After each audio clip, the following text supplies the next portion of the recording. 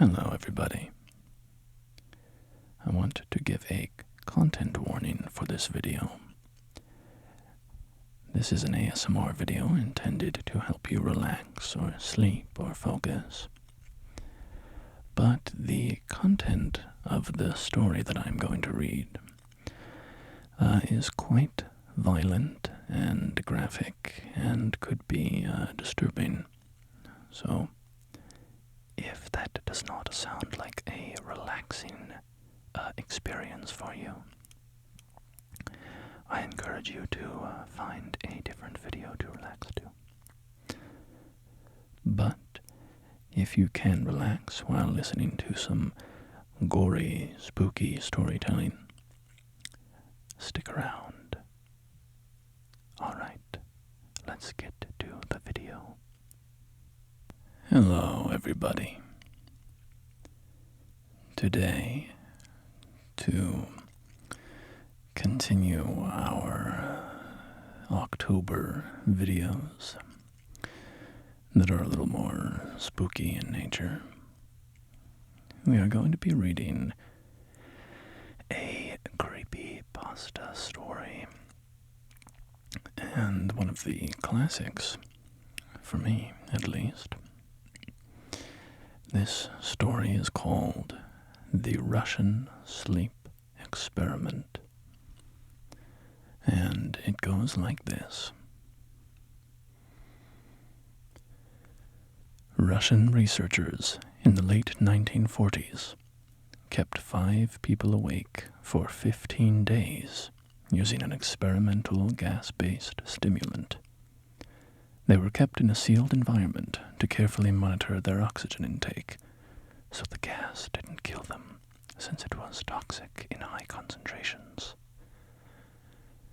This was before closed-circuit cameras, so they had only microphones and 5-inch thick glass porthole-sized windows into the chamber to monitor them. The chamber was stocked with books and cots to sleep on, but no bedding, as well as running water, a toilet, and enough dried food to last all 5 for over a month. The test subjects were political prisoners, deemed enemies of the state during World War II. Everything was fine for the first 5 days. The subjects hardly complained, having been promised, falsely, that they would be freed if they submitted to the test and did not sleep for 30 days. Their conversations and activities were monitored, and it was noted that they continued to talk about increasingly traumatic incidents in their past. The general tone of their conversations took on a darker aspect after the 4-day mark. After 5 days, they started to complain about the circumstances and events that led them to where they were, and started to demonstrate severe paranoia.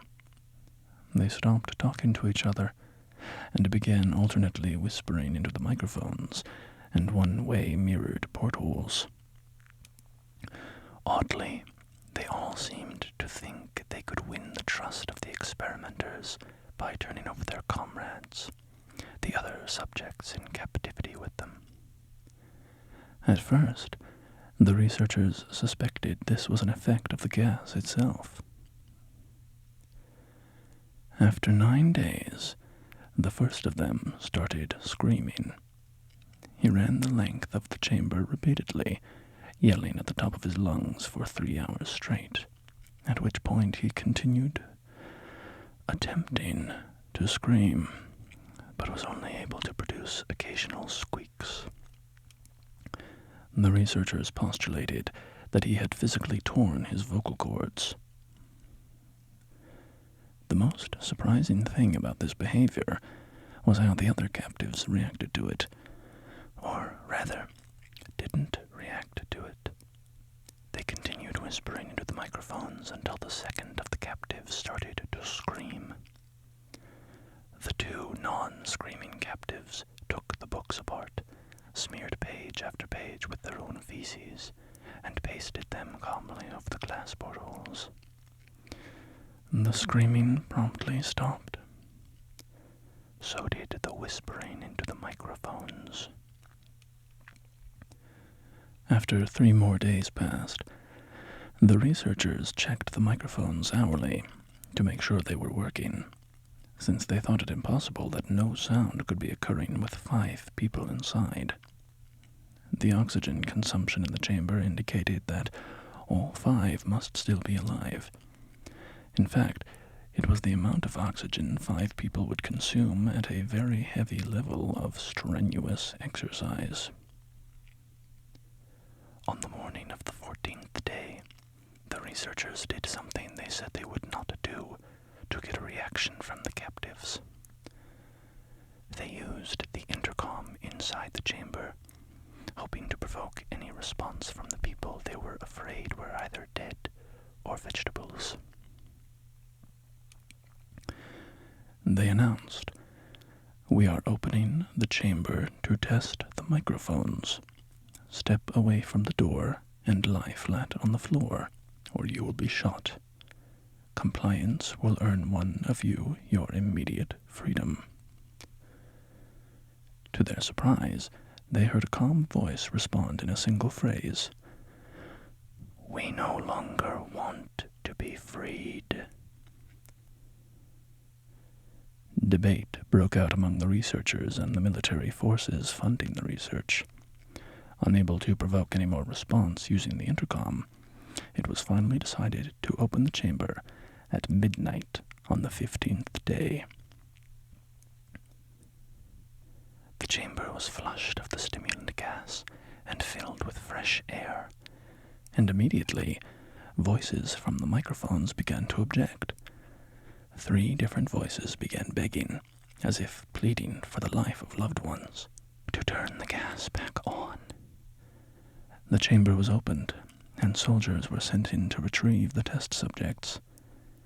They began to scream louder than ever, and so did the soldiers when they saw what was inside. 4 of the 5 subjects were still alive, although no one could rightly call the state that any of them were in life. The food rations past day 5 had not been so much as touched. There were chunks of meat from the dead test subject's thighs and chest stuffed into the drain in the center of the chamber, blocking it and allowing 4 inches of water to accumulate on the floor. Precisely how much of the water on the floor was actually blood was never determined.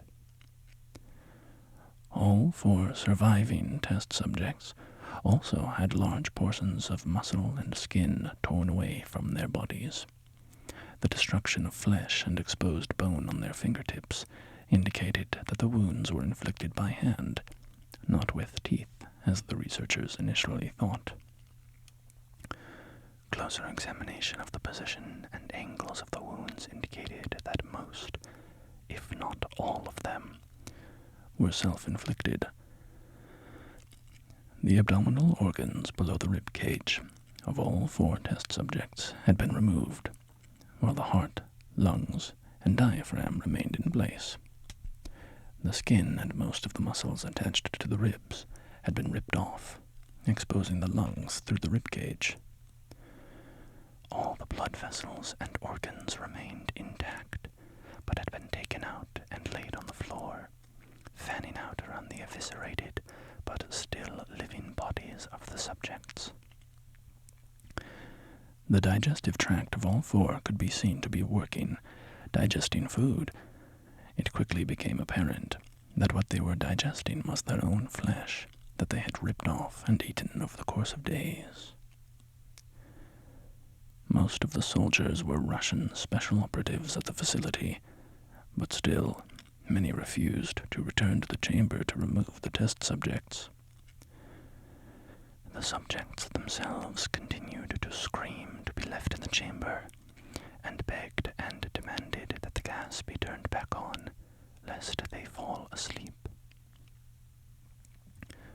To everyone's surprise, the test subjects put up a fierce fight in the process of being removed from the chamber. One of the Russian soldiers died from having his throat ripped out, and another was gravely injured by having his testicles ripped off and an artery in his leg severed by one of the subject's teeth. Another 5 of the soldiers lost their lives, if you count the ones that committed suicide in the weeks following the incident. In the struggle, one of the 4 living subjects had his spleen ruptured and bled out almost immediately. The medical researchers attempted to sedate him, but this proved impossible. He was injected with more than 10 times the human dose of a morphine derivative, and still fought like a cornered animal, breaking the ribs and arm of one doctor. His heart was seen to beat for a full 2 minutes after he had bled out, to the point there was more air in his vascular system than blood. Even after it stopped, he continued to scream and flail for another 3 minutes, struggling to attack anyone in reach, and just repeating the word "more" over and over, weaker and weaker, until he finally fell silent. The surviving 3 test subjects were heavily restrained and moved to a medical facility, the 2 with intact vocal cords continuously begging for the gas, demanding to be kept awake. The most injured of the 3 was taken to the only surgical operating room that the facility had.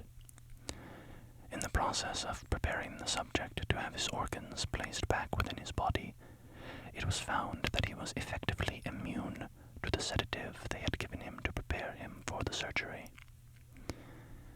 He fought furiously against his restraints when the anesthetic gas was brought out to put him under. He managed to tear most of the way through a 4-inch-wide leather strap on one wrist, even though the weight of a 200-pound soldier was holding that wrist. It took only a little more than anesthetic than normal to put him under, and the instant his eyelids fluttered and closed, his heart stopped. In the autopsy of the test subject that died on the operating table, it was found that his blood had triple the normal level of oxygen.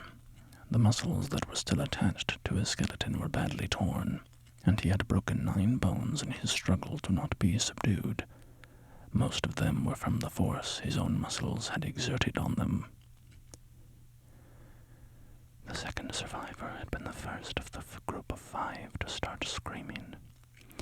His vocal cords destroyed, he was unable to beg or object to surgery, and he only reacted by shaking his head violently in disapproval when the anesthetic gas was brought near him. He shook his head yes when someone suggested reluctantly that they should try the surgery without anesthetic, and did not react for the entire 6-hour procedure of replacing his abdominal organs and attempting to cover them with what remained of his skin. The surgeon presiding stated repeatedly that it should not be medically possible for the patient to still be alive. One terrified nurse assisting the surgery stated that she had seen the patient's mouth curl into a smile several times whenever his eyes met hers. When the surgery ended, the subject looked at the surgeon and began to wheeze loudly, attempting to talk while struggling. Assuming this must be something of drastic importance, the surgeon had a pen and pad fetched so the patient could write his message. It was simple. Keep cutting. The other 2 test subjects were given the same surgery, both without anesthetic, although they had to be injected with a paralytic for the duration of the operation. The surgeon found it impossible to perform the operation while the patients laughed continuously. Once paralyzed, the subjects could only follow the attending researchers with their eyes. The paralytic cleared their system in an abnormally short period of time, and they were soon trying to escape their bonds. The moment they could speak, they were again asking for the stimulant gas. The researchers tried asking why they had injured themselves, why they had ripped out their own guts, and why they wanted to be given the gas again. Only one response was given.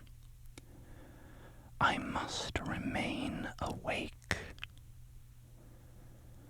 All 3 subjects' restraints were reinforced, and they were placed back into the chamber, awaiting determination as to what should be done with them. The researchers, facing the wrath of their military benefactors for having failed the stated goals of their project, considered euthanizing the surviving subjects. The commanding officer, an ex-KGB, instead saw potential and wanted to see what would happen if they were put back on the gas. The researchers strongly objected, but were overruled.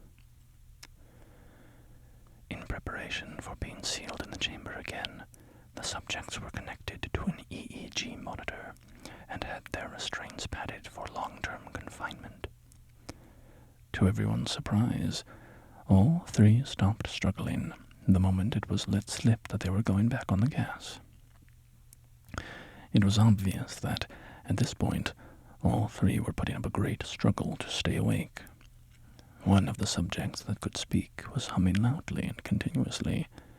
The mute subject was straining his legs against the leather bonds with all his might. First left, then right, then left again for something to focus on. The remaining subject was holding his head off his pillow and blinking rapidly. Having been the first to be wired to the EEG machine, most of the researchers were monitoring his brainwaves in surprise. They were normal most of the time, but sometimes flatlined inexplicably. It looked as if he were repeatedly suffering brain death before returning to normal. As they focused on paper scrolling out of the brainwave monitor, only one nurse saw the man's eyes slip shut at the same moment his head hit the pillow. His brainwaves immediately changed to that of deep sleep, then flatlined for the last time as his heart simultaneously stopped. The only remaining subject that could speak started screaming to be sealed in now. His brainwaves showed the same flat lines as the one who had just died from falling asleep. The commander gave the order to seal the chamber with both subjects inside, as well as 3 researchers. One of the named 3 immediately drew his gun and shot the commander point blank between the eyes, then turned the gun on the mute subject and blew his brains out as well. He pointed his gun at the remaining subject, still restrained to a bed as the remaining members of the medical and research team fled the room. "I won't be locked in here with these things. Not with you," he screamed at the man strapped to the table. "What are you?" he demanded. "I must know." The subject smiled. "Have you forgotten so easily?" the subject asked. "We are you. We are the madness that lurks within you all, begging to be free at every moment in your deepest animal mind. We are what you hide from in your beds every night.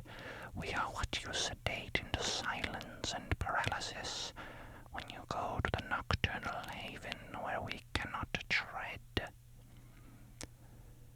The researcher paused, then aimed at the subject's heart and fired. The EEG flatlined as the subject weakly choked out, "So nearly free."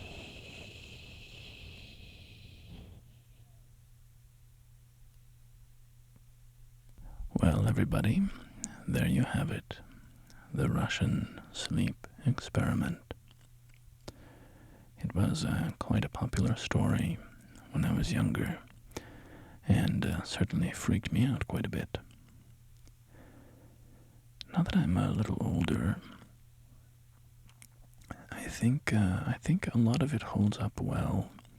Some of the writing could be tightened up for sure, but I think the broad strokes of the story, it remains very compelling and unsettling. My biggest problem with it now that I have grown to love the horror genre in my older age is the ending, the explanation given by one of the test subjects. To me, I find it rings a little hollow. I like the mystery of what's happening to these people, you know. And then to have one of them sort of explain what's going on, it is a little, I guess, just too clean for me, a little too neat and tidy. But, so,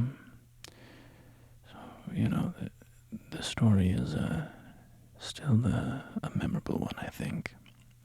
And it was fun and nostalgic to read it again. It's been many, many years since I read that story. So anyway, I hope that you enjoyed listening to this installment of my spooky October videos. Until next time.